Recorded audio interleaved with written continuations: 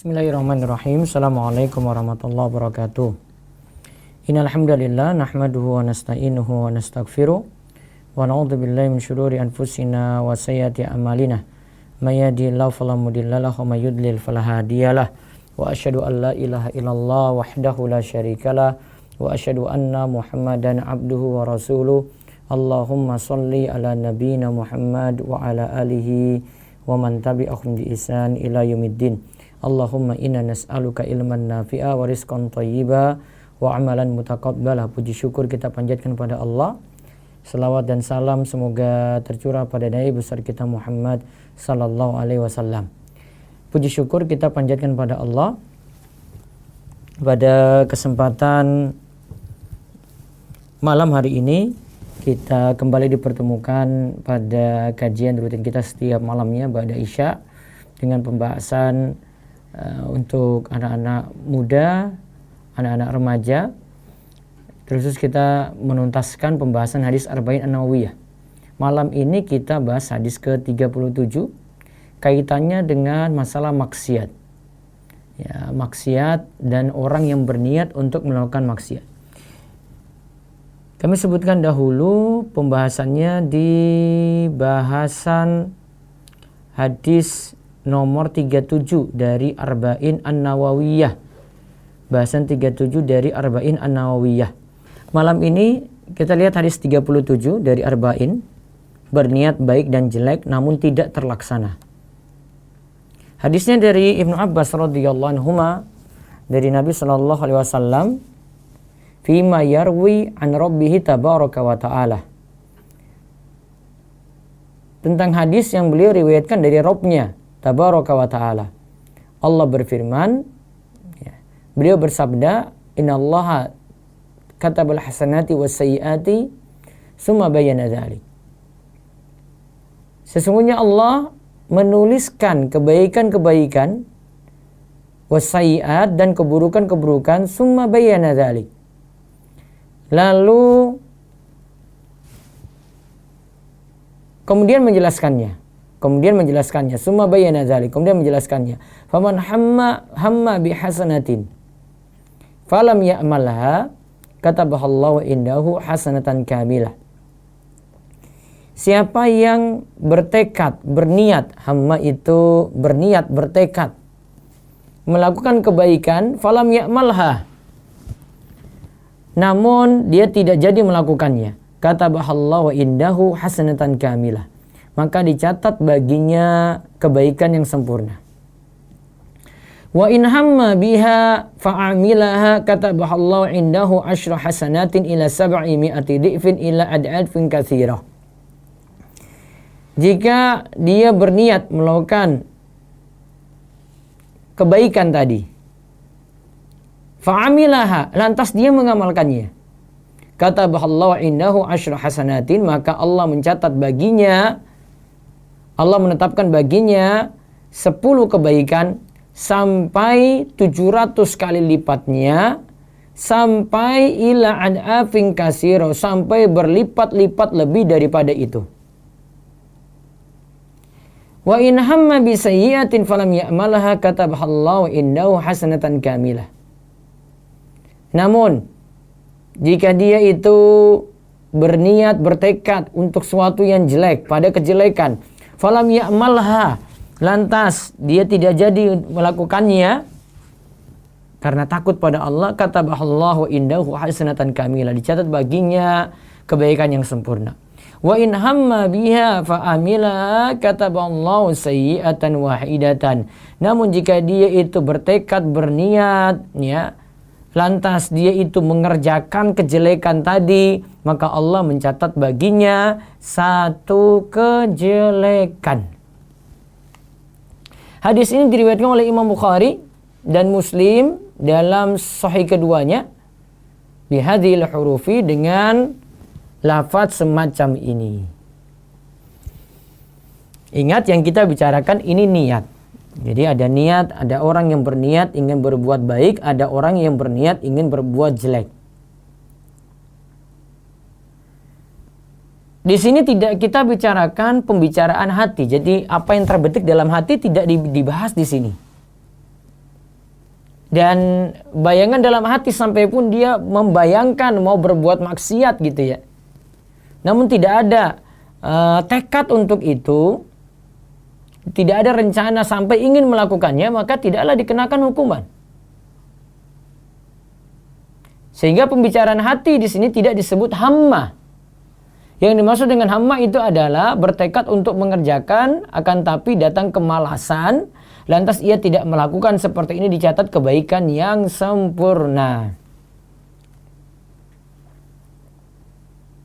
Asalkan di sini niatannya benar-benar jujur, maka ia bisa mendapatkan kebaikan yang sempurna. Nah, di sini kalau kita rinci, ada yang berniat dalam kebaikan lantas tidak melakukan, ada beberapa bentuk. Syekh Ibnu Utsaimin rinci jadi 3.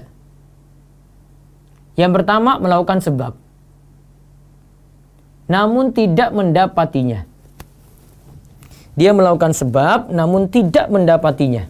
Jadi sebab dilakukan. Orang seperti ini mendapatkan kebaikan yang sempurna. Ya, dia sudah lakukan sebab, usaha, namun tidak jadi melakukannya. Orang seperti ini mendapatkan kebaikan yang sempurna. Lalu yang kedua, sudah punya ham dan azam, sudah punya niat dan tekad, namun ditinggalkan karena ada yang lebih afdol. Nah, seperti ini akan mendapatkan pahala kebaikan yang lebih tinggi karena dia pilih yang lebih afdol. Sedangkan untuk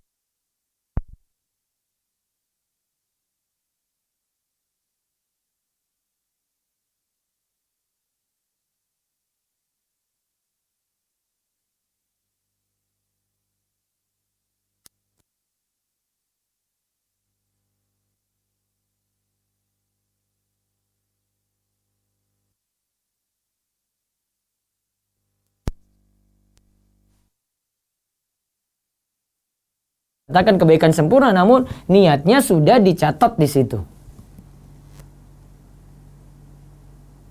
Namun kalau dikatakan dia dapat pahala duha, enggak, karena enggak lakukan sholat duha, namun dapat niatannya.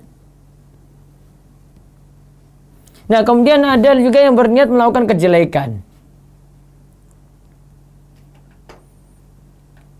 Ya, ada juga yang berniat melakukan kejelekan. Di sini ada 2 bentuk. Yang pertama, berkeinginan melakukan kejelekan, sudah bertekad dalam hati. Kemudian ia menariknya lagi, ia meninggalkan kejelekan tersebut karena Allah. Inilah orang yang mendapatkan ganjaran. Ia dicatat mendapatkan kebaikan sempurna. Ya, ia dicatat mendapatkan apa? Kebaikan sempurna. Kemudian ada yang berkeinginan melakukan kejelekan, sudah bertekad, sudah berazam, akan tetapi tidak mampu melakukannya dan tidak berusaha melakukan berbagai sebab. Hal ini seperti seorang yang berkeinginan untuk kaya, lantas ingin bermaksiat dengan hartanya, namun sayangnya ia tidak dianugerahi harta. Ia dicatat mendapatkan dosa dari sisi niat. Ia mendapatkan dosa dari sisi niat. Jadi dia bayangan dia gini, aduh, kapan ya saya itu kaya ya, saya itu pengen bisa main selingkuh atau berzina dengan beberapa wanita gitu.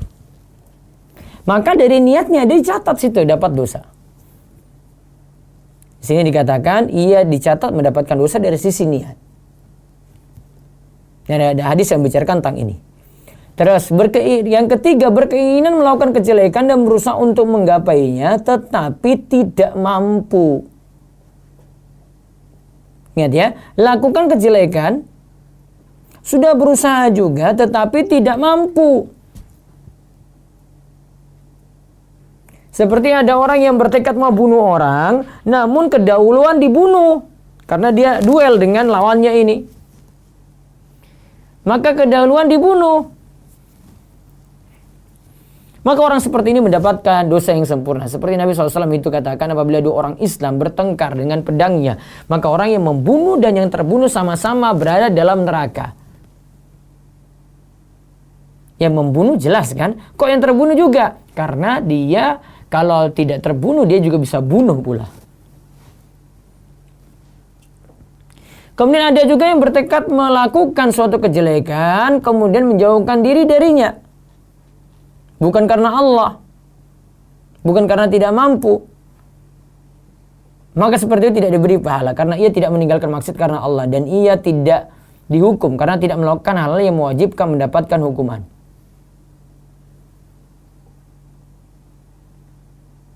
Jadi kalau kita balik pada hadis yang dimaksudkan meninggalkan kejelekan ini adalah jika dia niatkan karena Allah.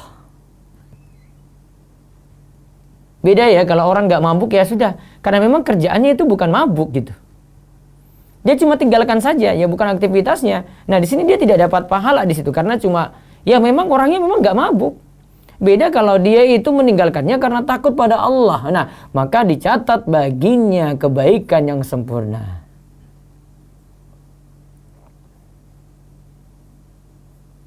Nah faedah yang bisa kita ambil dari hadis ini, ingat kebaikan itu ada tingkatan-tingkatan. Ada yang berniat melakukan kebaikan dan mengamalkannya. Yang bagus nih ya. Satu kebaikan minimal dibalas 10-700 kali lipat. Bahkan bisa lebih daripada itu. Yang kedua, berniat melakukan kebaikan dan tidak mengamalkannya karena tidak mampu. Berniat melakukan kebaikan dan tidak mengamalkannya karena tidak mampu atau ajis. Maka dapat pahala satu kebaikan yang sempurna. Ada juga yang sudah punya kebiasaan pada kebaikan lalu ia meninggalkannya. Ingat ya, dia sudah punya kebiasaan pada kebaikan lalu ia meninggalkannya karena ada uzur. Misalnya karena sakit atau safar gitu. Kalau tidak sakit dia pergi ke masjid. Namun ini karena sakit dia tidak bisa pergi ke masjid. Maka ia dicatat mendapatkan pahala yang sempurna. Juga ada tingkatan yang jika ia berniat bertekad namun tidak mengamalkannya dan tidak diakhirkan atau tidak diundur bukan karena ajas, bukan karena tidak mampu dan bukan karena uzur. Allah catat baginya satu kebaikan yang sempurna. Jadi di sini dia bertekad namun tidak mengamalkannya dan tidak diakhirkan atau tidak diundur bukan karena ajas dan bukan karena uzur. Allah catat baginya satu kebaikan yang sempurna karena sudah berniat. Kemudian kejelekan juga ada 4 tingkatan. Ada yang berniat melakukan kejelekan dan mengamalkannya. Maka dicatat satu kejelekan. Maka seperti yang dijelaskan kemarin. Ingat. Kejelekan cuma dibalas satu. Kalau kebaikan itu 10-700 kali lipat. Maka kalau kita banding-bandingkan. Harusnya kita punya kebaikan lebih banyak dong. Lalu berniat yang kedua. Berniat melakukan kejelekan dan akhirnya meninggalkannya. Karena takut kepada Allah. Nah, ini yang dimaksudkan dalam hadis, maka dicatat baginya satu kebaikan yang sempurna. Lalu ada yang ketiga lagi, berniat melakukan kejelekan dan meninggalkannya karena tidak mampu. Maka dicatat baginya satu kejelekan. Berniat melakukan kejelekan dan meninggalkannya karena tidak mampu, maka dicatat baginya satu kejelekan. Karena sebenarnya dia mau lakukan, namun karena tidak mampu. Sebenarnya dia mau merokok, namun karena tidak mampu. Sebenarnya dia mau minum miras, namun tidak mampu. Sebenarnya dia mau pacaran, namun tidak mampu. Maka dicatat baginya satu kejelekan.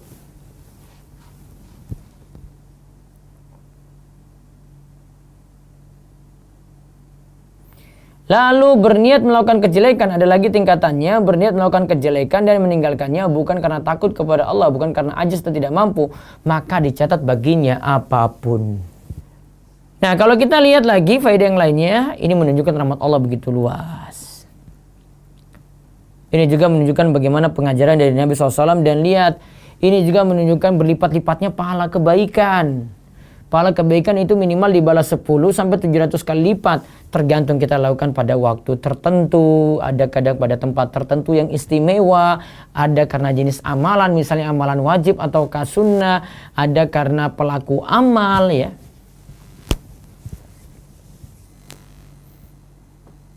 Dia melakukan kejelekan dimaksudkan di sini adalah ada kejelekan ini berupa dosa besar dan dosa kecil. Juga kebaikan dimaksudkan di sini adalah kebaikan yang berupa amalan wajib, amalan sunnah. Dan ingat, kejelekan itu dibalas satu kejelekan.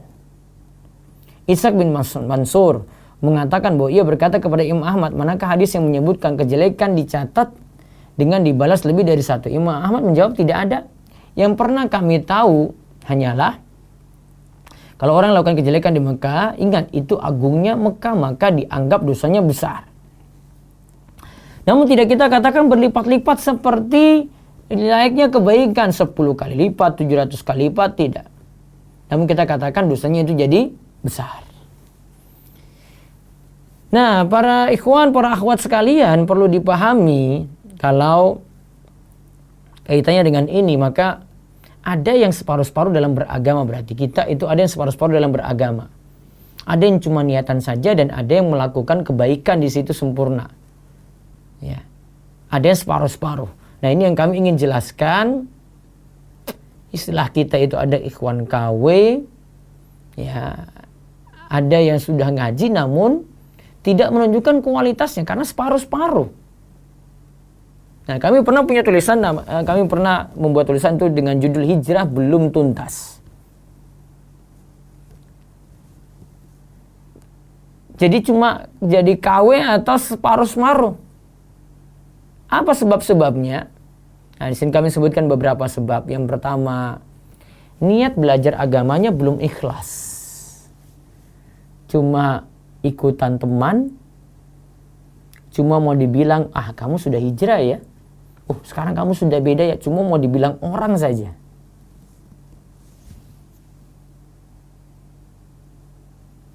Padahal Nabi SAW sudah tekankan, ketika kita bahas hadis Arba'in di bulan Ramadan dulu, hadis Arba'in nomor 1, tentang niat. Kan kita disuruh niat, hijrahnya karena Allah. Ya, dan ada juga niat hijrahnya itu karena dunia dan wanita yang diincar. Akibat dari niat yang gak benar berbuah juga pada hasil juga yang tidak maksimal. Namun kalau seorang itu berusaha ikhlas, coba lihat kata para ulama, mereka selalu katakan makana lillahi yabqa. Segala sesuatu yang ikhlas karena Allah itu pasti langgeng, pasti kekal. Terus apalagi sampai dia jadi ikhwan KW atau hijrahnya itu belum tuntas karena belajar agamanya tidak dengan guru. Cuma penyimpulan dari buku sendiri, cuma penyimpulan dari status Facebook sendiri, cuma karena melihat gemar cuma melihat Instagram saja, tidak pernah mau belajar, tidak mau berada dalam majelis ilmu. Juga karena sebab yang ketiga, tidak mengambil ilmu agama dari guru yang benar. Atau dia punya prinsip, ambil dari si A, Ustadz A, ambil dari B, Ustadz B, ambil baiknya, buang buruknya. Padahal sudah diingatkan oleh para ulama dulu. Ali bin Abi Thalib ketika berada di Masjid Kufah, Irak, pada suatu hari pernah berkata, "Unduru amman ta'khuduna hadzal ilma fa inna ma'wad din." Lihatlah dari siapakah kalian mengambil ilmu ini. Karena ia adalah din. Ilmu ini adalah din, ilmu ini adalah agama, maka tidak ambil dari sembarang orang, bukan punya prinsip ambil baiknya, buang buruknya. Emangnya kamu bisa memfilter? Emangnya bisa menyaring bagi orang awam, bagi pemula gitu? Emangnya kalau ada yang syubhat, ada pemikiran yang rancu, kamu bisa nyaring itu? Padahal kamu gak punya filter. Akhirnya jadi ikhwan KW tadi. Ada lagi sebabnya yang keempat, tidak mendalami akidah terlebih dahulu. Akidahnya gak kuat, manhajnya amburadul. Aisyah itu katakan, coba perhatikan surat-surat dalam Al-Quran itu awalnya tentang masalah iman dulu, tentang surga dan neraka. Itu ada dalam surat-surat mufassal, surat-surat pendek. Sehingga apabila manusia telah mantap dalam Islam, maka turunlah ayat halal dan haram. Akidah dulu berarti. Hal haramnya nanti menyusul. Bukan yang diturunkan oleh Allah itu tentang halal haram dulu. Kalau halal dan haram dulu, maka iman belum kuat. Maka Aisyah katakan seandainya pertama kali turun itu adalah tentang larangan minum khamar, tentu kami masih lanjut minum khamar. Kalau larangannya adalah tentang berzina, yaitu dilarang berzina, tentu zina masih akan terus ada. Maka karena Nabi SAW tahu prioritasnya yang dikuatkan itu apa, maka ikhwan akhwat ya, ada remaja, anak muda yang dengar ceramah malam hari ini, belajar baik-baik itu akidah dan manhaj dulu. Dan ini lebih dipentingkan nantinya. Ya, kebanyakan itu sudah katakan, sudah ngaji apa belum? Sudah. Saya sudah ngaji manhaj salaf, tapi keyakinannya masih campur sana sini. Ditanya tentang Allah ada di mana saja, nggak bisa jawab dia. Atau dia katakan Allah ada dalam batin saya. Padahal sudah sangat tegas ketika Nabi SAW tanyakan pada seorang budak wanita, Aina Allah, di mana Allah? Fis sama, di atas sana. Jawaban tegas ini. Kalau ngajinya nggak benar, nggak mungkin bisa jawab seperti itu. Karena dia tidak dapat kulit, dia cuma dapat kulitnya, isinya nggak tahu. Yang penting saya bisa hijrah, Ustadz. Yang penting saya itu sudah ikhwan salaf. Coba tanya akidahmu apa? Masih sering juga misalnya jelek-jelekan pemerintah gitu. Ya. Masih sering dia itu nganggap mudah mengkafirkan orang. Ya. Akidahnya kurang di sini. Pemantapan akidahnya kurang. Terus yang kelima, cuma tahu cari ilmu namun tidak mengamalkan. Nah, ini juga kita kurang di sini. Padahal Allah telah ingatkan dalam surat As-Saff ayat 2 dan ketiga, ya ayyuhalladzina amanu lima taquluna ma la taf'alun kabura maqtan indallahi an taqulu ma la taf'alun. Wahai orang yang beriman, kenapakah kamu mengatakan sesuatu yang tidak kamu kerjakan? Amat besar kebencian di sisi Allah bahwa kamu mengatakan apa-apa yang tidak kamu kerjakan. Juga karena bergaul dengan teman yang salah. Dan ini yang sering saya sarankan kalau para akhwat mau tahu kriteria Iwan itu bagaimana, lihat pada teman akrabnya. Dia kumpul-kumpul di mana? Kalau dia biasanya kumpul dengan anak BEM, ya sudah kelakuannya kayak anak-anak BEM itu. Kalau dia itu biasanya kumpul dengan anak-anak Mapala yang pecinta alam, ya sudah memang kelakuannya kayak begitu. Kalau dia itu biasanya di masjid, kumpul dengan teman-teman ngaji, nah sifat-sifat baiknya pasti tertular tuh. Sebagaimana Nabi SAW menjelaskan tentang seorang yang berteman dengan orang soleh dan orang yang jelek itu seperti, kalau dengan yang soleh itu seperti berteman dengan pemilik minyak misek. Kalau kita tidak dapat hadiah gratis cuma-cuma, ya minimal kita dapat bau wanginya. Bau wanginya dapat. Minimal ada sesuatu yang kita dapat dari dia lah ketika bergaul gitu. Terus kok kenapa lagi bisa jadi ikhwan KW? Kok bisa jadi hijrahnya belum tuntas? Karena kurang belajar adab. Maka kita lihat yang sudah ngaji, adabnya itu keras kaku. Mudah mengkafirkan orang juga, mudah mentabdikkan orang, mengatakan orang itu bid'ah sana sini gitu. Tanpa memperhatikan adab. Harusnya iya ilmunya benar, tapi ada adab ketika menyampaikan. Karena sebagaimana kata para ulama, di antara Imam Malik rahimahullah itu pernah berkata kepada seorang pemuda Quraisy, ta'allamil adaba qabla an tata'allamal ilma. Pelajarilah adab sebelum mempelajari suatu ilmu. Adab pelajari. Juga kata Yusuf bin Al-Husain, bil adabi taf'amul ilma, dengan menjaga adab maka engkau jadi mudah memahami ilmu. Adab, akhlak gitu yang penting. Maka kemarin yang kita bahas juga ketika saya singgung tentang cara kriteria milih calon, lihat dari akhlaknya. Sebagaimana ada yang nanya, Ustaz ini saya sudah tertarik pada dia tertarik pada saya, enak untuk dilihat. Namun sayangnya dia perokok. Kalau saya sudah nilai perokok, sudah akhlaknya sudah beda ya. Zoom ada masalah, coba dicek.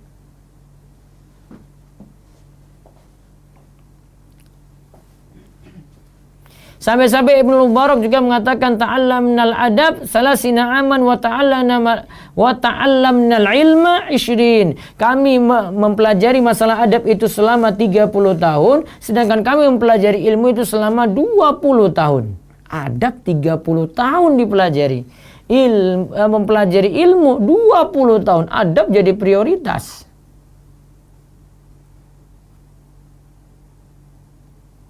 Ya, ini adab jadi prioritas. Terus yang ke-8, kurang berdoa kepada Allah agar bisa istiqomah. Dia memang kurang banyak doa juga sehingga dia jadi ikhwan seperti itu, jadi akhwat seperti itu, KW. Hijrahnya belum tuntas. Padahal Allah itu maha membolak-balikan hati. Kemarin kita ngaji, besok belum tentu. Kemarin kita bisa istiqomah, ya sekarang belum tentu. Maka kita mohon pada Allah, ya muqallibal qulub, tsabit qalbi ala dinik. Ya Allah yang maha membolak-balikan hati, teguhkanlah hatiku itu di atas agamamu. Ya. Masih belum zoom itu, masih belum aktif. Ya. Wallahu a'lam bishawab. Ini yang kita bahas dari hadis ke-37. Kemudian saya tambahkan tadi gimana agar hijrah itu bisa tuntas. Tidak jadi cuma KW saja. Semoga Allah beri taufik pada kita untuk beramal soleh. Allah yubarik fi. Baik, selanjutnya kami beri kesempatan terutama kalangan muda untuk bertanya di 0812 281 85131. Ya, silakan. Ya, assalamualaikum. Assalamualaikum. Waalaikumsalam. Bisa dipelanin suara radionya dulu? Siarannya? Ya, assalamualaikum Ustadz. Waalaikumsalam warahmatullahi wabarakatuh. Ya, Ustadz mau bertanya di lawan tema ya. Gimana? Mau apa? Ini bukan pemuda gitu maksudnya. Iya, gimana? Apa mau ditanya? Ya, ini Ustadz, saya kan sekarang ada di Pulau Kalimantan. Insya Allah nanti mau pindah ke Jawa. Kemudian yang jadi masalah adalah kan kedua orang tua saya ada di Jawa. Kemudian saya punya dua kakak yang ada di Kalimantan juga, satu daerah sekarang. Nah kemudian jadi karena orang tua sudah tua, makanya saya karena Allah pindah ke Jawa. Yang jadi masalah adalah kedua kakak saya ini bilang siapapun yang pindah ke Jawa maka nanti dia silahkan ambil semua harta yang ada di rumah di Jawa sana. Dia apa? Maaf saya kurang jelas. Siapapun nanti yang pindah di Jawa dan merawat orang tua itu silakan aja kayak menempati rumah atau harta yang dimiliki oleh orang tua gitu Ustaz. Ya, terus? Sedangkan orang tua kan belum dipersingkat lagi Bu, soalnya ini nanti sebenarnya ini pertanyaan untuk anak-anak muda jadi lebih persingkat lagi Bu. Iya, apakah boleh seperti itu? Perjanjiannya gimana tadi? Siapapun yang akan pindah ke Jawa, maka dia boleh menempati semua yang dimiliki orang tua gitu. Orang tua ya, rumahnya di Jawa juga gitu? Iya, orang tua masih hidup semua. Perjanjian belum tentu bisa dilaksanakan itu karena nanti tetap pertimbangan juga dengan ini ya. Kalau itu nanti kaitannya dengan waris ya tetap ada aturan waris. Kalau itu kaitannya dengan pembagian juga takut yang lainnya cemburu, banyak konflik nantinya itu. Tetap harus dibagi dengan adil. Wallahu a'lam. Oh gitu. Iya. Iya. Udah gitu aja Ustaz. Iya. Terima kasih. Waalaikumsalam warahmatullahi wabarakatuh. Baik, ada yang tanya lagi. Lewat YouTube dulu saya baca, jika ada akhwat salaf bercadar lulusan ponpes tapi terkadang ia posting video selfie Instagram tanpa berkerudung. Bagaimana Ustadz? Apakah basic ponpes tidak menjamin? Tidak menjamin. Sekarang cadar ya nggak bisa menunjukkan orang juga benar. Ada cadar jadi penyanyi juga, pemusik juga, suaminya nyanyi, istrinya joget-joget ada. Zaman sudah tidak menjadikan itu jadi jaminan lagi cadar jadi baik ya. Seperti Jumat kemarin Ustadz ingin maju menemui akhwatnya tetapi masalah pekerjaan masih mencari-cari. Apakah boleh ada kesempatan dengan si akhwat yang belum ada pekerjaan seperti saya? Mohon doanya. Ikhwan lebih prioritas pada pekerjaan ya. Jangan maju kok nggak ada kerjaan gitu, modal dikit gitu loh. Cari kerja. Kerja kan nggak mesti jadi pegawai, bisa jadi pebisnis, freelance dan seterusnya. Baik, ada telepon, silakan. Halo. Ya, assalamualaikum. Waalaikumsalam Ustaz. Ya, dengan siapa di mana? Dengan Fulan di Banjarbaru Ustaz. Iya, tanya tentang masalah anak muda ya. Siap Ustaz. Ya. Nah, pertama Ustaz, tadi kayaknya baru dibahas tuh ini agak delay soalnya gitu sama di telepon. Tadi kayak nyimak, kebetulan saya habis azhar. Tapi udah beberapa bulan lalu Ustaz. Nah, usaha saya kena pandemi Ustaz, kena efek pandemi.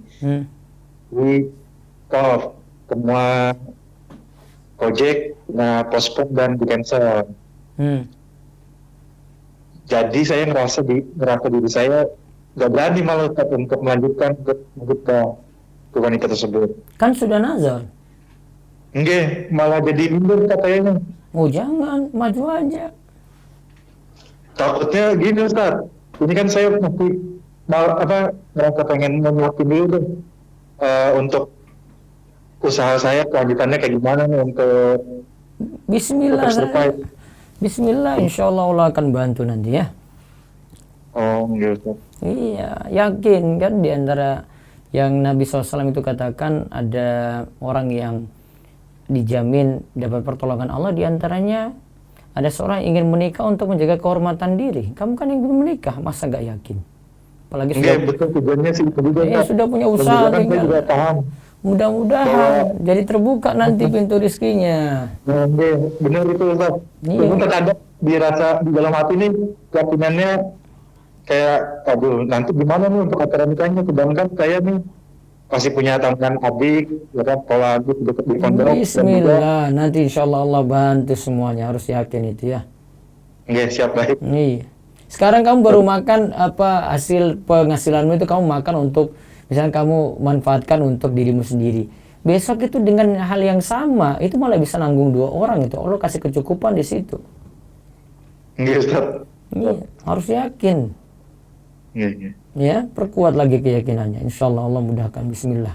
Usahanya mudah-mudahan Allah lancarkan rezekinya lagi, bisa kembali usaha dengan normal. Amin. Baik, cukup. Ada lagi Ustaz? Iya. Gini Tat, lebih utama mana Tat, untuk kan sedekah yang paling utama itu kan ke keluarga. Nah, kalau untuk ke keluarga kan kebetulan ibu saya punya penghasilan sendiri. Ibu kenapa? Punya penghasilan sendiri. Iya, terus? Dan termasuk dibilang ya kecukupan lah Tat. Iya, terus? Nah, kadang saya kelebihan rezeki saya itu kedekatan ke saudara yang lain yang membutuhkan, yang adik-adiknya ibu saya. Terus? Cuman ibu saya ini sebenarnya kayak ngerasa cemburu gitu Ustaz. Kok nggak sama mamanya gitu. Sedangkan saya ngerasa mama kan cukup gitu kan. Tapi kayak untuk sekolah dia gitu. Intinya inti pertanyaannya diringkas lagi. Jadi salah nggak saya untuk melakukan hal seperti itu gitu? Apa inti pertanyaannya apa? Ya saya bersedekah ke saudara ketimbang ke ibu saya sendiri gitu. Ya, kalau ibu masih mampu, nggak harus ada saudara yang butuh, berarti saudara dulu. Tapi kalau ibu sudah tidak mampu lagi, maka ibu jadi prioritas. Enggak, ibunya cemburu Ustaz. Berarti diam-diam saja, jangan sampai ketahuan ibu. Enggak, udah gitu. Cuman ya, pokoknya ngatur strategi. Saya cuma kasih saran nih, saya nggak bisa. Strategimu gitu. Siap. Jangan kayak nuntut saya jawaban kayak begini. Kalau mau tanya ini, saya cuma kayak begitu, nggak tahu. Kamu strategi nggak, kamu ngatur gitu loh. Gimana nyenangkan ibu, nyenangkan ini gitu. Ya kan masalah kamu ngaturnya. Kita cuma kasih saran ini, gitu ya. Soalnya ibu saya masih Cukup. memandang kayak ngebagian orang tua tuh menggunakan materi gitu, Ustaz. Iya, pokoknya seperti itu saja. Gitu ya, Oke. Teh. Ada lagi, Ustaz. Iya, singkat, persingkat lagi. Ini nanti banyak ngantri nih, kamu habis semua Apabila pertanyaan. masih punya dosa riba nih, Ustaz. Hmm. Terus bulan tersebut melakukan umroh, bahkan mengumrohkan orang lain. Nggak boleh dengan harta riba tadi. Dia masih punya utang riba, tapi upahanya maju, terus tapi dia umroh tiap tahun, bahkan mengumrohkan anak buahnya gitu, Ustaz. Oh, itu karena belum jatuh tempo kan? Gimana, Ustaz? Utang ribanya belum jatuh tempo kan? Belum jatuh tempo tuh maksudnya gimana? Artinya nggak disuruh bayar sekarang. Oke, alhamdulillah maksudnya dia bisa terus, Ustaz, membayar utang ribanya. Gimana? Ya, gimana? Halo. Hmm. Ya. Ini ada bulan. Iya, bisa diperingkas nih. Kamu sudah makan waktu banyak, kasihan yang lain nih. Ayo, yalla ya rojul. Yang modal usahanya dari dia utang riba, Ustaz. Bang. Nah, hasil usahanya dia keuntungannya digunakan untuk dia umroh, bahkan untuk mengumrohkan keluarga dan yang kerja di tempat dia. Nah, itu seperti apa, Ustaz? Pinjamnya dosa. Saya jawab sekarang, pinjamnya dosa. Terus tadi dia hasil dari situ dia gunakan untuk umrohkan keluarga, itu penghasilan yang halal. Namun pinjamnya awalnya dosa riba. Sudah ya, cukup. Sudah ya, Taib. Biar yang lain ada kesempatan, Taib. Maaf ya. Turn on. Baik, selanjutnya ada lagi. Dimohon nanti bisa anak-anak muda ya, dan pertanyaan seputar anak muda dulu prioritas. Nanti mereka pada protes di malam ini nih. Dan kalau bisa fokus pada pertanyaan seperti itu dulu. Nanti yang tentang muamalah kayak tadi bisa ditanya besok pagi insya Allah. Ya, jadi tolong bisa memaklumi, kasihan yang lainnya kalau apalagi tanya panjang lebar dengan yang tidak terlalu sesuai dengan tema malam ini. Ada lewat ini? Baik, lewat WA. Alhamdulillah sekarang lagi proses ta'aruf, Ustadz. Insya Allah dalam waktu dekat mau nazar. Tapi kendalanya di orang tua anak, Ustadz. Akhir-akhir ini orang tua anak lagi kurang akur. Anak juga sudah mendoakan dan mencoba menasihati Ustadz. Tapi mereka masih tetap tidak mau kebaikan. Bagaimana solusinya? Apakah tetap melanjutkan proses ta'aruf ini? Atau tunggu dulu keadaan orang tua yang baikan? Coba tunggu dulu beberapa waktu, karena nanti jadi problem ketika mau maju juga sampai mau melamar, mau mengurus kepernikahan, takutnya terhalang. Coba selesaikan masalah dalam rumah terlebih dahulu. Wallahu a'lam. Baik, ada telepon lagi? Ya, silakan telepon dulu, nanti Zoom siap-siap. Halo, assalamualaikum. Waalaikumsalam warahmatullahi wabarakatuh. Silakan. Maaf, perkenalkan nama saya. Sebelumnya saya berada dari Gimana? Bulana dari Riau, Ustaz. Fulan dari Riau, silakan. Saya mungkin mau bertanya, Ustaz. Saya sedang... Halo? Iya, saya dengar tapi suaranya masih kurang jelas ya. Settingan sini apa ya?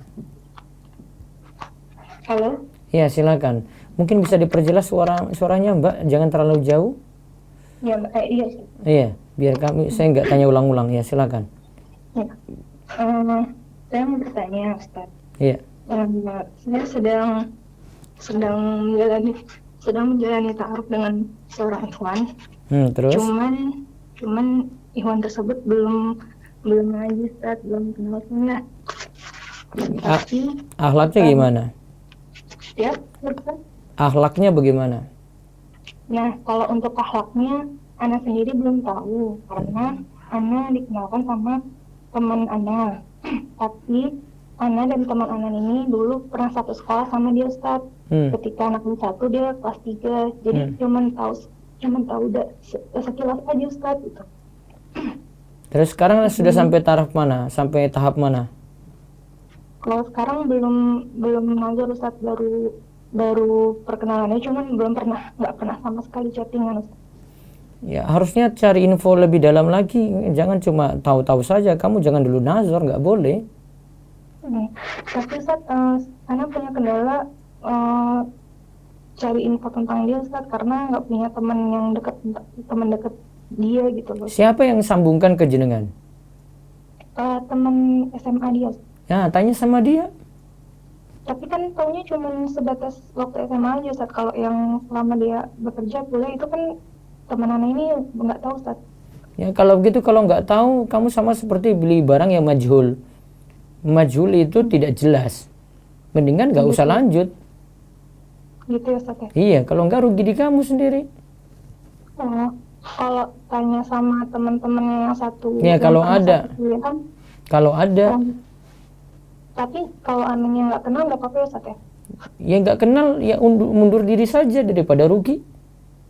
Gitu. Ibaratnya tapi kayak katanya mau serius Ustadz, mau ke rumah, mau tahu nggak boleh kayak gitu dulu, nanti kamu ruginya di perempuan ini.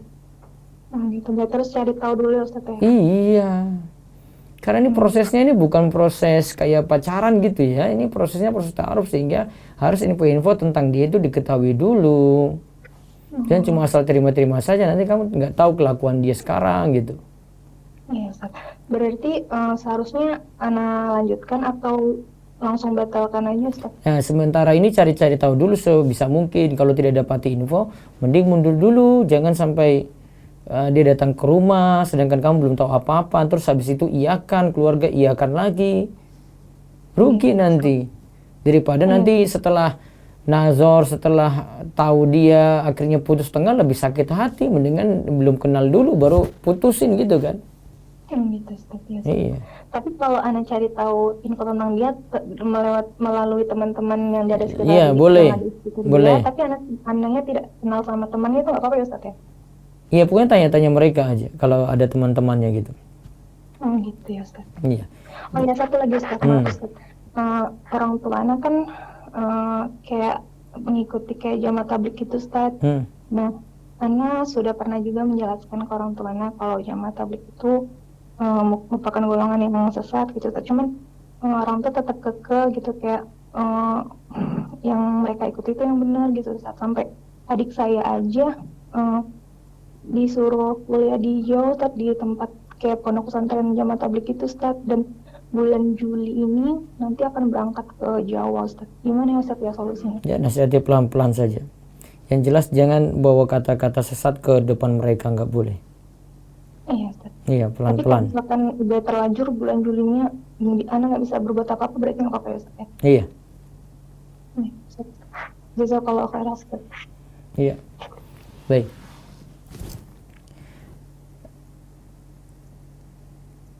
Terus silakan dari Zoom mau bertanya. Kamu yang muda-muda silakan. Iya. Ana akan bacakan pertanyaan lewat chat terlebih dahulu. Silakan. Nah, bismillahirrahmanirrahim. Semoga Allah senantiasa menjaga Ustadz dan keluarga. Ustadz, Ana baru nazar dengan seorang ikhwan. Dan dia juga sempat bertanya-tanya pada Ana waktu sesi nazar. Tapi di saat Ana menyampaikan visi dan misi pernikahan, ada satu visi yang ikhwan tersebut tidak bisa menyanggupi. Tapi satu sisi Ana merasa ingin lanjut. Tapi satu sisi bimbang juga. Ustadz, apakah Ana harus tetap melanjutkan sembari terus istikharah atau putuskan berhenti saja? Ana mohon solusinya Ustadz. Oh, dia nggak beritahu ini. Yang ditolak itu apa visi misinya itu tadi ya?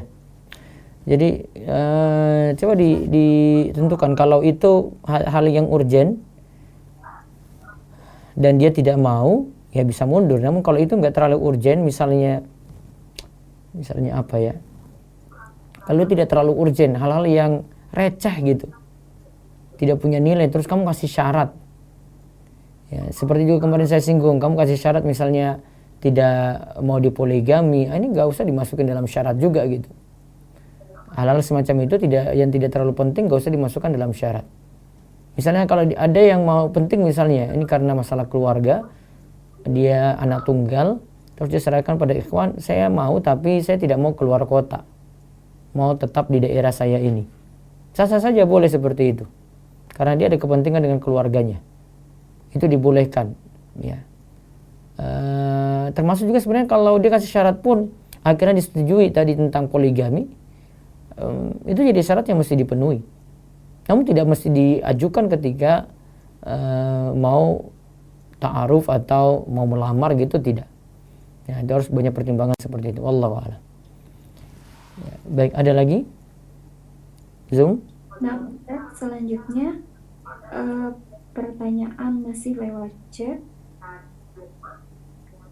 Assalamualaikum warahmatullahi wabarakatuh. Waalaikumsalam Ustaz, warahmatullahi wabarakatuh. Bertanya, Ya. bagaimana cara sabar dan ikhlas melepaskan ikhwan yang belum halal untuk anak? Qadarullah pernah dihitbah oleh ikhwan tersebut, tetapi batal karena anak takut menjalankan hubungan tanpa ridho Allah.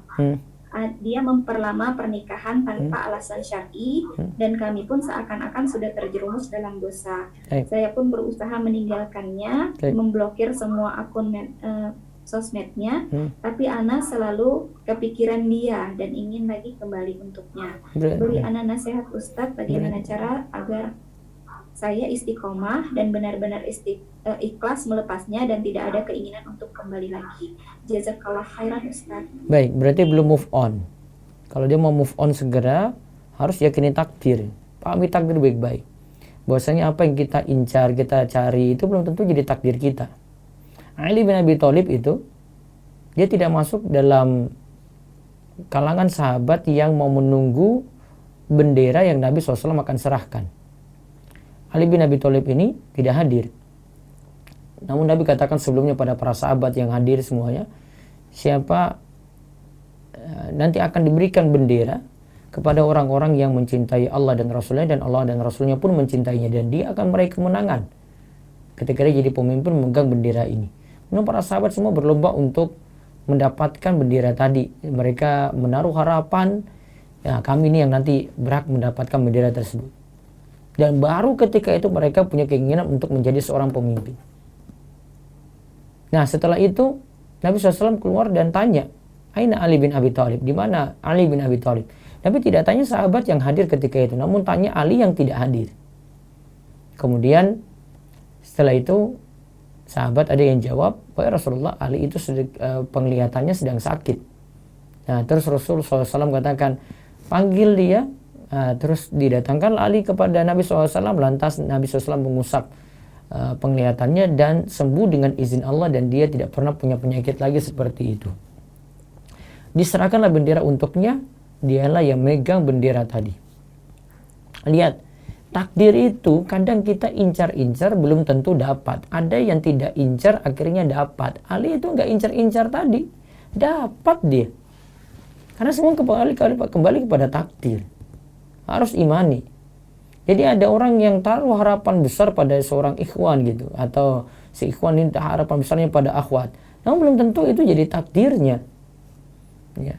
Maka harus yakini itu, harus segera move on, pahami takdir baik-baik. Belum tentu yang kita senangi itu pun yang terbaik untuk kita. Wa asa an takrahu syai'an wa huwa khairul lakum. Boleh jadi ada sesuatu yang kau benci padahal itu adalah baik untuk kamu. Sebaliknya juga ada yang engkau sukai padahal itu sesuatu yang jelek untukmu. Maka ingat kaidah ini baik-baik agar bisa segera move on dan bangkit dari kesedihan dan tadi tidak mendapatkan sesuatu yang tidak diinginkan, dan yakini ini qadarullah wa masya'a fa'al. Ini semua telah ditakdirkan oleh Allah, apa yang Allah kehendaki itu pasti terjadi. Demikian. Baik, saya terima telepon lewat radio DS ada? Ya, type lewat dulu YouTube. Ustaz, bagaimana sikap kita jika ada niat untuk bertaaruf tapi orang tua tidak mengizinkan? Lebih ke orang tua dulu ya, baiknya dengan restu orang tua biar tidak nanti terhalang di pas di kondisi orang tua kita nanti terhalang di situ, itu lebih susah nantinya. Baiknya lebih dulu pada orang tua sudah pantas untuk menikah ataukah belum.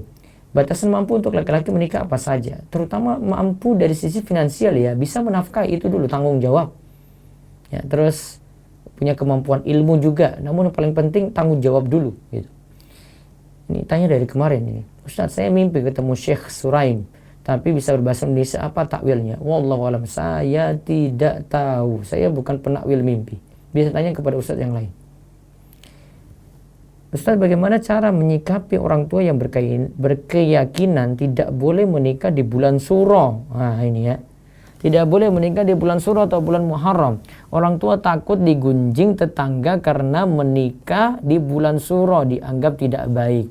Nah ini, sebagian orang tua kita itu ada yang masih punya keyakinan-keyakinan takhayul, khurafat, mitos-mitos itu kuat sekali. Nah ini tugas anak untuk dakwahi. Ya, sikap yang benar baiknya tidak nyalahkan dulu. Ya, tidak nyalahkan orang tua saya sesat gini. Saya kurang setuju. Seperti tadi ada pertanyaan bilang orang tua saya telah menyimpang. Baiknya enggak nyatakan pada orang tua seperti itu. Namun kita tahu, oh orang tua saya kurang tepat di sini. Saya berusaha untuk dakwahi. Nah ini tugas anak untuk dakwahi. Kalau memang dia punya kemampuan ilmu, terangkan baik-baik. Cobalah contoh Nabi Ibrahim alaihissalam. Dia dakwai bapaknya Azar itu yang menyembah berhala, buat patung kemudian sembah. Dakwai Nabi Ibrahim alaihissalam dakwai dengan lemah lembut. Nah kita berusaha contoh seperti itu juga.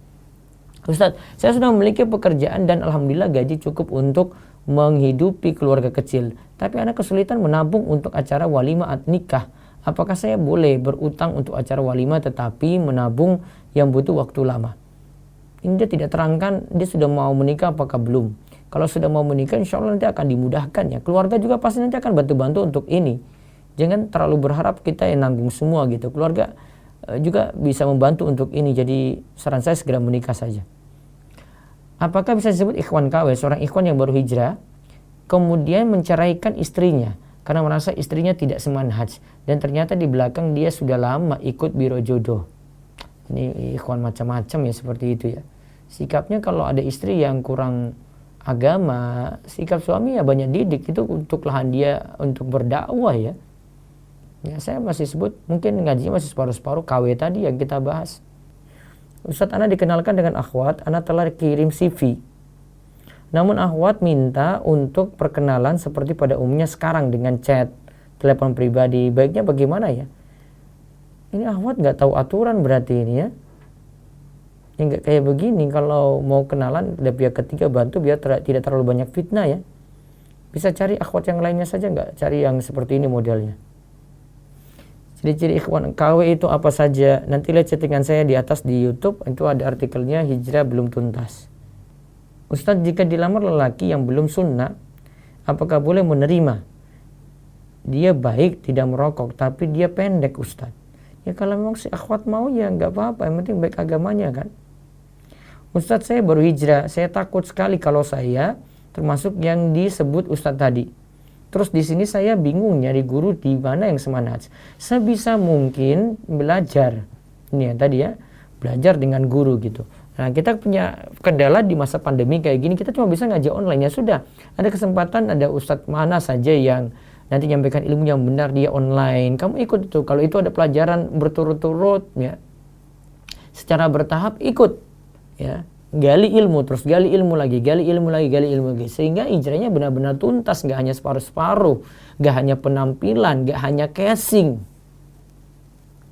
Ustaz, apakah salah satu tanda Allah mencintai hambanya adalah menjauhkannya dari maksiat meski orang tersebut sudah berniat bermaksiat? Iya, Allah cegah dia dari bermaksiat. Anak ikhwan dikenalkan dengan akhwat, namun si akhwat minta untuk perkenalan layaknya sekarang. Sudah saya jawab tadi ya. Ada telepon? Ya silakan. Halo. Halo, assalamualaikum. Waalaikumsalam warahmatullahi wabarakatuh. Ya, Pak Ustadz mau nanya. Ya, dengan siapa di mana ini? Dengan Hanum dari Jakarta. Ya silakan. Gini Pak Ustadz, saat ini Ana lagi ta'aruf. Ya. Ana udah berapa kali ngajuin pertanyaan ke ikhwan tersebut. Ya. Tetapi baru akhir-akhir. Halo, Ustadz? Iya, baru apa? Terus lanjut. Baru akhir-akhir ini si ikhwan mengatakan kalau saat ini beliau belum mempunyai pekerjaan. Beliau belum mempunyai pekerjaan.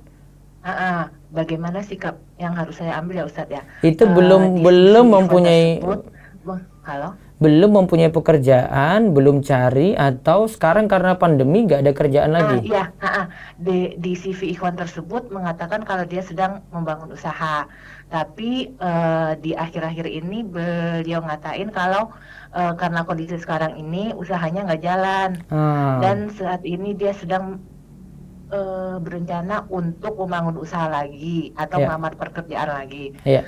Gimana ya Ustadz ya? Apa yang harus saya lakukan? Sekarang tahapan kalian sampai mana? Baru sekedar ngajuin pertanyaan aja Ustadz. Lewat siapa? Lewat ta'aruf online. Ta'aruf online? Iya. Berarti sampai situ ya? Ya, gali pertanyaan, jangan sampai terbatas pada pekerjaan dia saja, cari info lagi. Akhlaknya gimana, kelakuannya bagaimana, sisi agamanya bagaimana, gitu, cari info. Kebetulan kan ini pertanyaan kan dibatasin ya Ustadz ya. Ini udah hampir akhir-akhir dan beliau baru ngatain ini, jadi gimana ya Ustadz ya? Apa? Sebenarnya info kayak begini ada. Kalau kami sih tidak batasin ya. Soalnya kalau dibatasin ada yang perlu ditanyakan dan ada yang belum bisa sempurna kemarin, harusnya bisa ditanya terus. Ini kalau sistem apa selanjutnya kan tahapannya kalau misalnya udah ini mungkin saya akan ngasih nomor mahram saya atau selanjutnya digali lagi ke tahap tersebut atau gimana Ustaz? Ini sebentar. Saya nggak sarankan dulu sampai sampai dapat info sempurna dulu. Kalau ada kesempatan untuk nanya, mendingan nanya lagi. Iya, masih ada satu kali lagi Ustaz. Kira-kira yang critical point yang paling saya tanyain apa ya Ustaz ya, yang bisa kalau Ikhwan itu bertanggung jawab atau gimana, soalnya kan emang dia bilang mulai dari awal lagi gitu Ustaz. Itu sudah tahu berarti ya. Sekarang tanya dari sisi lain, agama sama akhlaknya dulu. Oh gitu, kalau dari akhlaknya, contohnya yang nggak merokok, terus apa lagi Ustaz? Dia dengan orang tua bagaimana, dengan saudara-saudaranya bagaimana gitu ya. Terus kalau ada info dari teman tentang dia lebih bagus. Saya minta kontak apa saya cari? Cari. Oh, tanpa sepengetahuan dia? Iya, nggak mesti dia tahu. Itu hakmu untuk cari tahu. Oh gitu. Iya, hakmu untuk cari tahu gitu. Kalau nggak, tanya langsung sebenarnya. Tapi karena dibatasin ya nggak bisa tanya-tanya banyak ya. Iya. Itu tanya langsung maksudnya gimana Ustaz? Saya bisa minta kontak atau Iya, soalnya kalau tanya sama dia langsung, kamu tanya tentang akhlak dia akan sampaikan bagus-bagus gitu loh. Nah iya itu Ustaz. Kelemahannya di situ. Caranya gimana? Ini cuma orang lain yang tahu gitu. Iya. Atau saya cari medsosnya, saya kontak temannya atau gimana ya Ustaz ya? Bisa juga, kalau urgen seperti itu nggak masalah. Oh nggak masalah. Kalau masalah kerjaan tadi gimana ya Ustaz ya? Tawakal gitu. Tawakal saja pada Allah, insya Allah nanti Allah bukakan pintu rizki itu. Kayak gitu sih mudah, nanti Allah mudahkan itu. Amin. Iya. Gitu, yang penting cari info dulu ya Ustaz ya. Baru tahap untuk kasih nomor mahram ana ya Ustaz ya. Betul. Nggak perlu buru-buru apa gimana Ustaz? Jangan buru-buru. Karena takut. Nggak boleh, ini harus matangkan dulu, nggak boleh buru-buru. Oh gitu. Iya. Oh gitu, baik-baik. Nanti dikira Anda yang ngulur-ngulur atau gimana nggak ya Ustaz ya? Enggak. Sebatas masih wajar ya. Oh iya, baik Ustaz. Baik, cukup? Jazakallah khairan. Ustaz, kalau ada ikhwan yang menawarkan diri untuk ta'aruf namun ia baru hijrah sekitar kurang dari 1 tahun, bagaimana bisa kita menilai ia berhijrah niat karena Allah Ta'ala? Coba dia ngajinya serius, dicek saja, dan guru ngajinya bagaimana, ada yang kenal dia nggak dalam majelis pengajian, teman-temannya gitu, bisa tanya informasi banyak tentang dia. Bagaimana hukumnya akun akhwat IG memfollow akun ikhwan manhaj salaf? Baiknya enggak ya, kecuali ada ustadz yang dia ambil ilmu begitu, nggak masalah kalau urgen saja. Kalau nggak urgen nggak usah. Terus Ustaz, apa yang harus ortu tanyakan ke ikhwan saat anak-anak akan nazar? Karena ortu juga belum familiar dengan ta'aruf syar'i. Orang tua tanya saja keseriusan si laki-laki itu bagaimana, agamanya gimana, akhlaknya gimana. Poin-poin penting ini yang mesti ditanyakan. Bagian dari Usman TV. Ustaz, bagaimana menasihati saudara yang lagi chattingan dengan wanita yang bukan mahramnya? Ana sudah menasihati, Ustaz, tapi beliau masih chattingan dengan wanita tersebut, sudah melampaui batasannya. Ini harus dinasihati ini ya. Ini dengan wanita yang bukan mahram. Siapa yang chatting ini? Saudara. Kalau orang tua paham agama, beritahu pada orang tua untuk nasihati anaknya langsung. Kalau enggak, ini ada kakak atau saudara, beritahu baik-baik. Ya, 4 mata lebih bagus. Mudah-mudahan dia bisa sadar. Ya, silakan tanya lewat telepon. Halo, assalamualaikum. Waalaikumsalam warahmatullahi wabarakatuh. Izin bertanya, Ustaz. Iya, silakan. Saya kan boleh nggak sih kita punya niatan ingin segera menikah, Tapi supaya bisa keluar dari rumah, Ustaz? kenapa? Soalnya kan lingkungan di sini kurang mendukung ya, Ustaz. Ya, terus? Nah, saya kan anak kedua dari 3 bersaudara. Iya. Nah, kemudian belum menikah tuh karena emang belum datang jodohnya. Nah, kemudian orang tua saya kan ingin saya segera menikah setelah selesai kuliah dan bekerja. Nah, insya Allah saya kan tahun ini selesai kuliah nih, Ustaz. Nah, sedangkan saya tidak ingin bekerja, saya ingin selesai kuliah itu langsung menikah, Ustaz, gitu. Sekarang sudah semester berapa? Ustaz? Sudah semester berapa? Sekarang saya udah tugas akhir, Ustaz. Insya Allah bulan ini bakalan sidang. Udah tinggal sidang sih, Ustaz. Taib. Setelah itu dengan orang tua bagaimana? Orang tua sudah izinkan menikah enggak? Setelah lulus? Udah diizinkan menikah, cuman ya itu, Ustaz.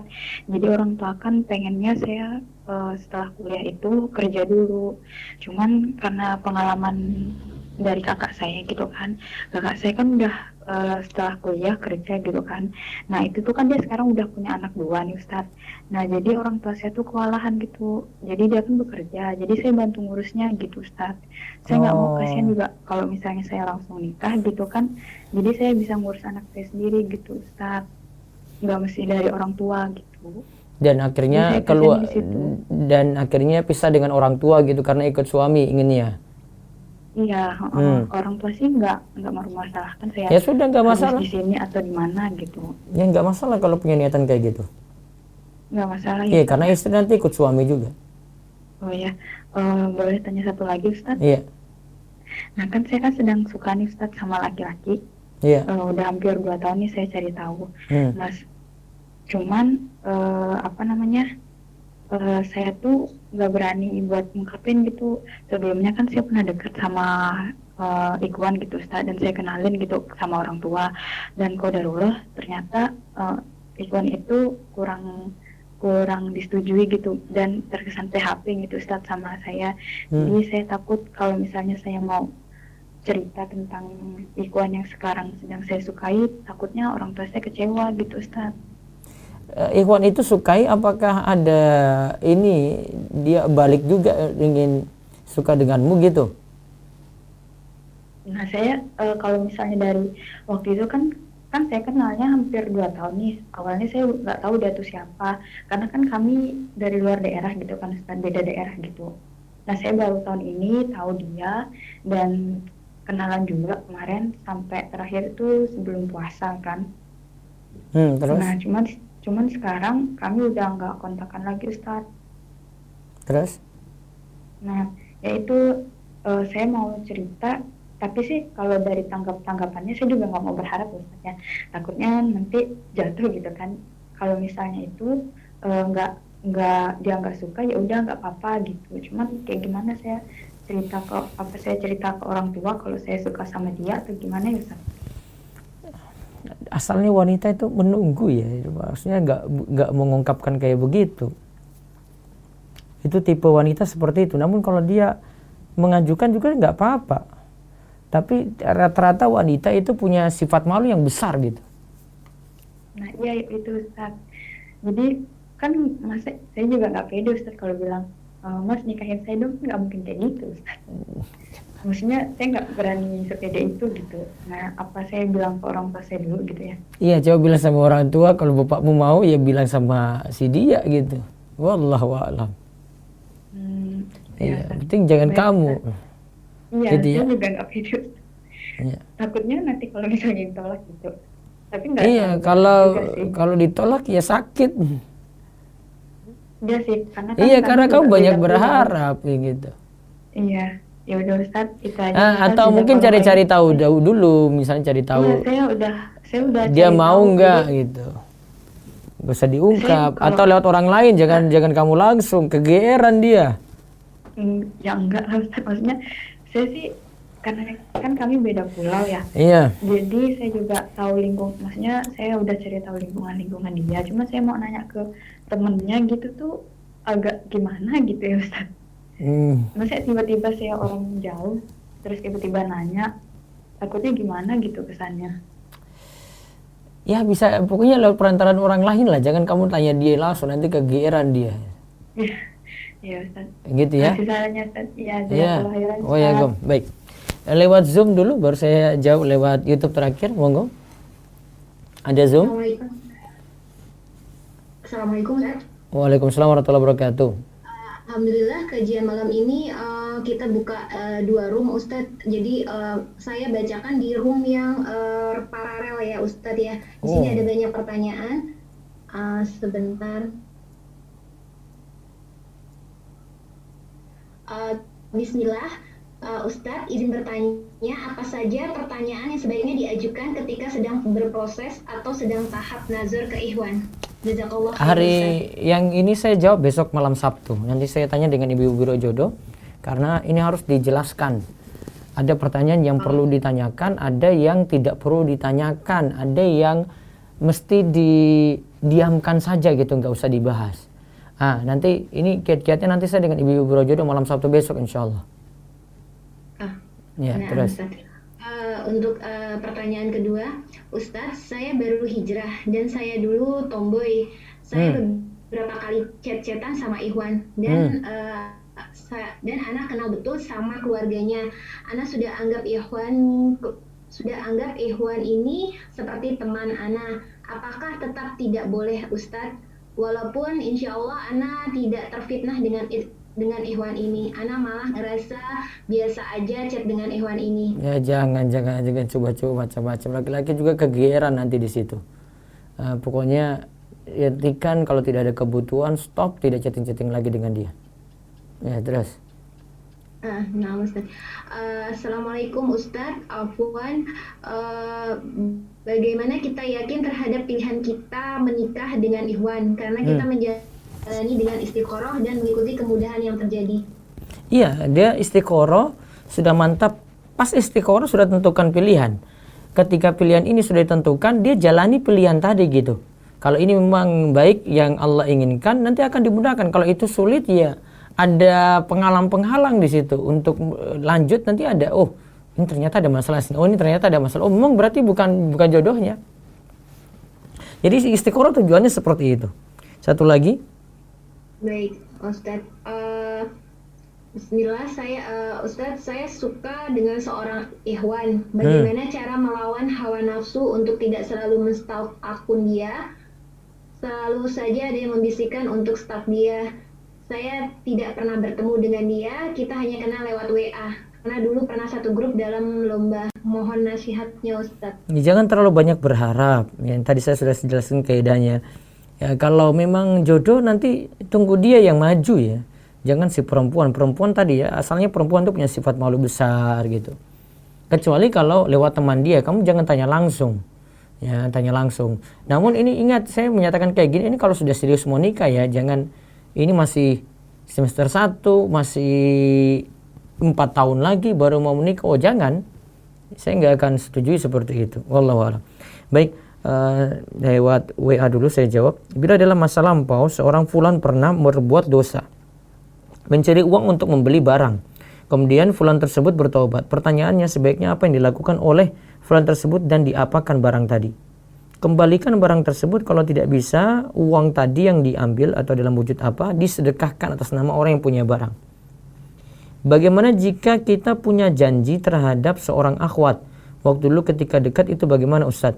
Alhamdulillah sekarang sudah tidak ada kedekatan lagi. Misal memberi hadiah buku atau lainnya suatu waktu gitu. Aduh, gak usah banyak-banyak ini seperti ini ya. Hubungan kayak begini nanti fitnahnya ada gitu. Kasih sesuatu, beri. Ya sama seperti beri harapan yang kemarin kita bahas ya. Niat pertama hijrah saya karena wanita. Namun setelah mengaji, tahu bahwa niat saya salah, mulai memperbaiki niat yang benar gitu. Bagaimanakah hijrah saya Ustadz? Ya, sudah perbaiki niat, sudah bagus, istiqomah, jangan karena wanita lagi untuk berhijrah. Bagaimana batasan bercandanya suami ke istri supaya tetap menjaga kewibawaan suami, supaya insya Allah saya dapat mengamalkan setelah nikah nanti. Ini kan sebelum nikah sudah tanya macam-macam nih. Nanti banyak baca di buku-buku persiapan nikah, itu buku-buku nikah ya, ada yang bicarakan hak suami istri gitu. Di buku-buku fikih itu biasanya ada.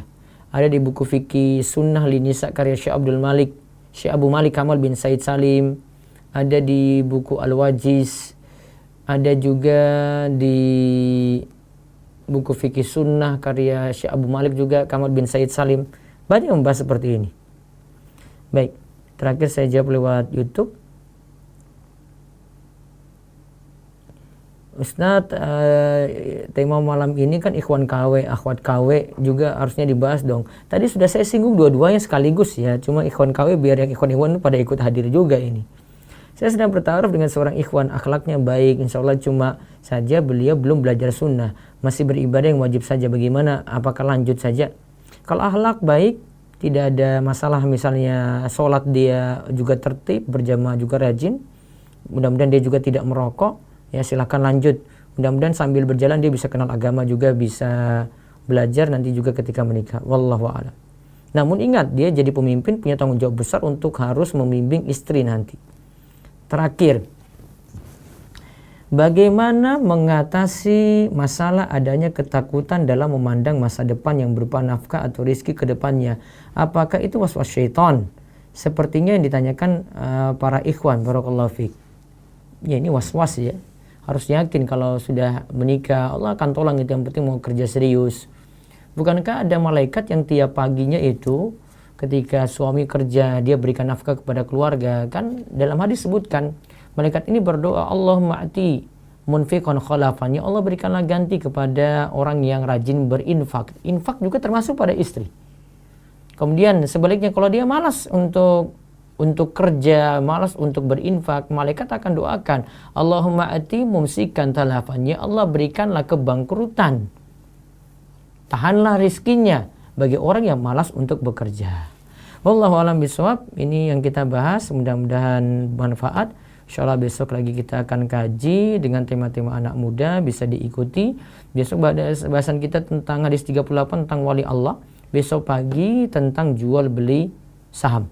Demikian kami cukupkan, mudah-mudahan Allah memberikan kita ilmu yang bermanfaat, diberi taufik beramal soleh, kita senantiasa dijaga dalam ketaatan dan jauhkan dari berbagai macam maksiat. Salam untuk semua, mudah-mudahan semuanya tetap sehat dan istiqomah. Yang belum menikah mudah-mudahan segera mendapatkan pasangan sehingga agamanya menjadi sempurna biiznillah. Assalamualaikum warahmatullahi wabarakatuh.